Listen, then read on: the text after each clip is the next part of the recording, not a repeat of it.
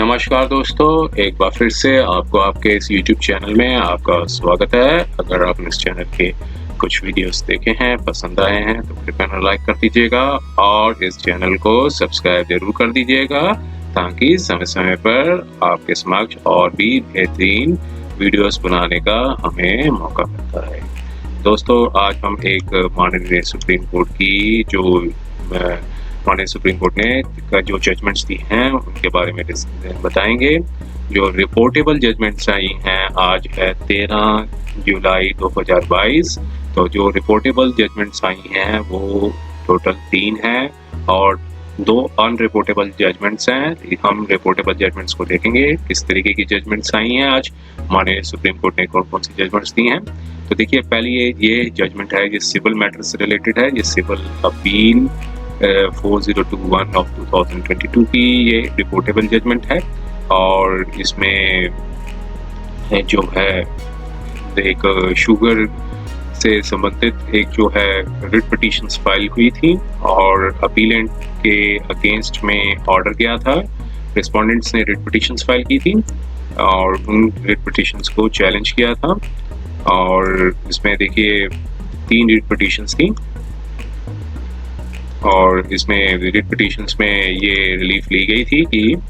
जो इंडस्ट्रियल जो high court के सामने डाली गई थी वो रिट पिटीशन में ये उठाया गया था कि industrial entrepreneur memorandum dated so and so जो डी रिकॉग्नाइज्ड और cancelled to be derecognised, उनको डी रिकॉग्नाइज कर दिया जाए, कैंसिल कर दिया जाए in views of clause 6C of the sugar control order 1966। तो जो चैलेंज जो किया गया था वो रिस्पोंडेंट्स ने किया था, रिट पिटीशन फाइल की थी और जो उन्होंने कहा था कि जो मेमोरेंडम इशू किया गया था, मेमोरेंडम ये किस चीज़ का इशू है, ये नंबर नीचे पर बता रखा है। ये IEM के अंदर उसमें बता रखा है इंटरनेशनल जो मेमोरेंडम है, इंडस्ट्रियल एंटरप्रेन्योर जो मेमोरेंडम है उसको जो है जो डी रिकॉग्नाइज कर दिया जाए, कैंसिल कर दिया जाए, क्योंकि जो टाइम लिमिट बताई गई है कि अगर कोई भी फैक्ट्री आप इंस्टॉल मतलब लगाते हैं तो उसकी जो टाइम समय सीमा है वो 2 साल होती है और जो प्रोडक्शन जो है वो 4 साल के अंदर हो जानी चाहिए। तो मीन्स 2 साल के फैक्ट्री लगाने के लिए और प्रोडक्शन जो है 4 साल के अंदर करनी चाहिए। लेकिन जो अपीलेंट जो थी वो एक शुगर जो है फैक्ट्री थी, उन्होंने जो है कोई स्टेप्स नहीं मतलब लिए कि वो कॉमर्स को मतलब जो प्रोडक्शन है वो चालू कर सकें इस टाइम फ्रेम के अंदर। और जो कि कंट्रोल ऑर्डर जो 1966 का बता रखा है, शुगर कंट्रोल ऑर्डर 1966 का बता रखा है। तो फिर दूसरा ग्राउंड ये उठाया था कि जो स्टेट ऑफ महाराष्ट्र ने एक सर्कुलर इशू किया था 3 दिसंबर 2011 को clause 6A of the control order, उसमें ये बता रखा था कि कोई भी शुगर फैक्ट्री है विद इन द 25 किलोमीटर के जो दायरे में, तो जो ऑलरेडी कोई एग्जिस्टिंग शुगर फैक्ट्री है उसके 25 किलोमीटर के दायरे में जो है कोई मतलब शुगर फैक्ट्री नहीं लगेगी। और या फिर कोई न्यू फैक्ट्री या कोई ऐसी न्यू फैक्ट्री जो सब्स्टिट्यूट करे जिसका मिनिमम डिस्टेंस है 15 किलोमीटर के जो मतलब दायरे के अंदर on the ground of IEM जो इंडस्ट्रियल एंटरप्रेन्योर मेमोरेंडम जो है वो बता रखा है। जो इसलिए शुगर फैक्ट्री जो है वो नॉर्म्स जो है 25 किलोमीटर के नॉर्म्स के अंदर को मीट नहीं कर सकती है, तो इसलिए इसको उन्होंने रिट पिटीशन के द्वारा चैलेंज किया था। और फिर फर्दर ये बताया कि जो एक्सटेंशंस जो दी गई हैं शुगर फैक्ट्री को वो इशू हुई थी 14 नवंबर 2018 को। फिर इसके बाद एक और एक्सटेंशन थी वो दी गई थी कि लोकेशन को चेंज करना था 17 अक्टूबर 2019 बाय सेंट्रल गवर्नमेंट। जो भी एक्सटेंशन दी गई थी वो कहा था कि गवर्नमेंट के जो कंट्रोल ऑर्डर के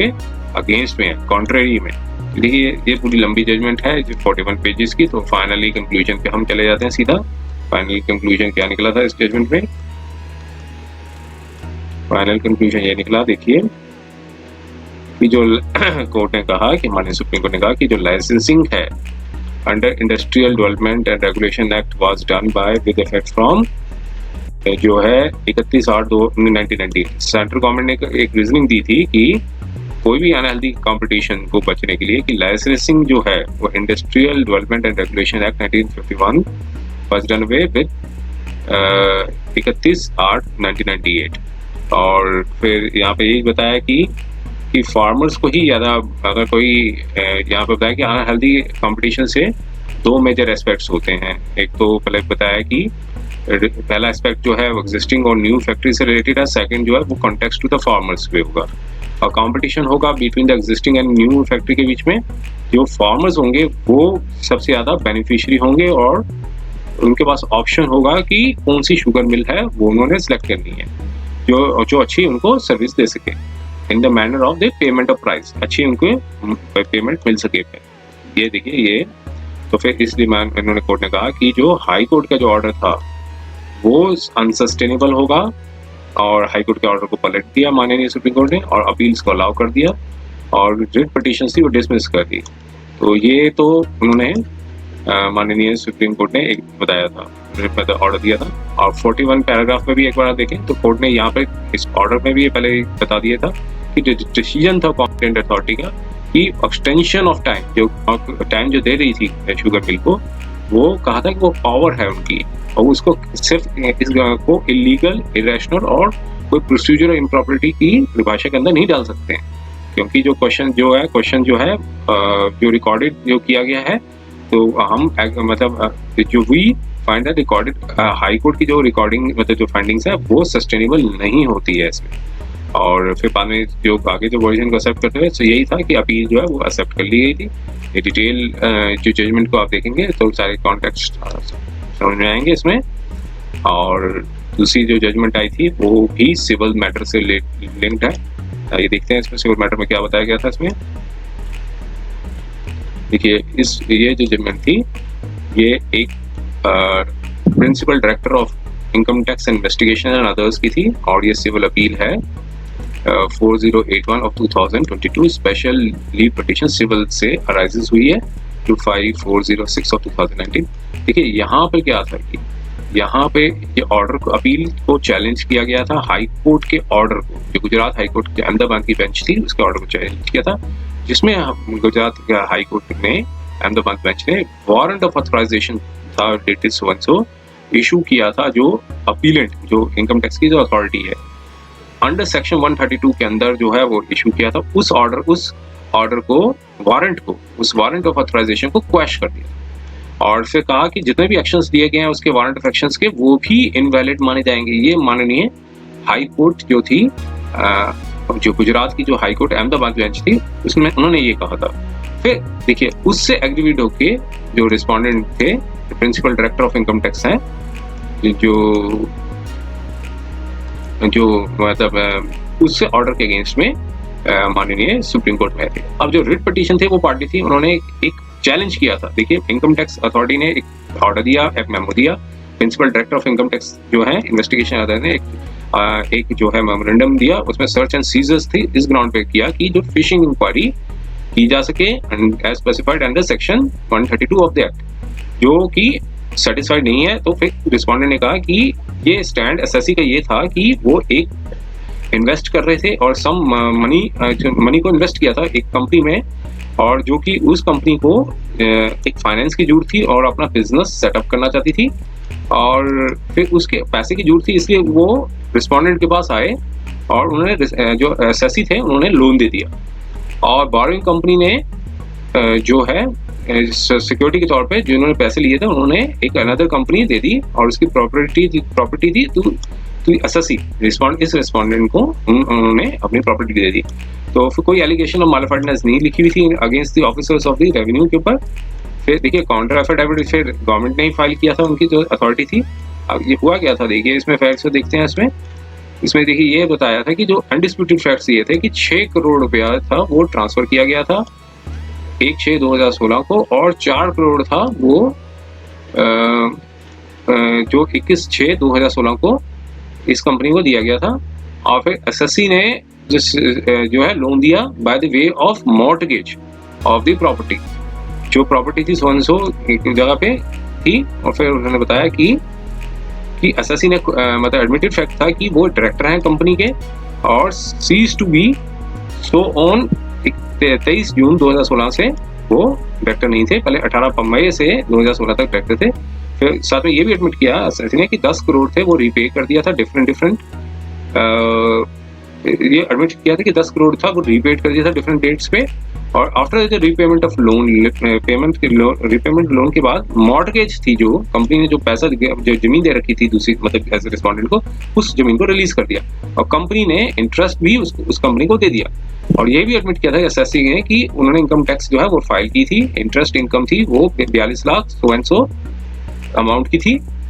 और जिसे टैक्स कर जो कि टैक्स जो भी उसमें टैक्स भी दिया गया उसमें, और असेसमेंट जो थी फाइनलाइज कर दी थी सेक्शन 143(3) ऑफ द एक्ट के अंदर। तो देखिए ये फैक्चुअल एस्पेक्ट्स थे। इसको आप माननीय सुप्रीम कोर्ट ने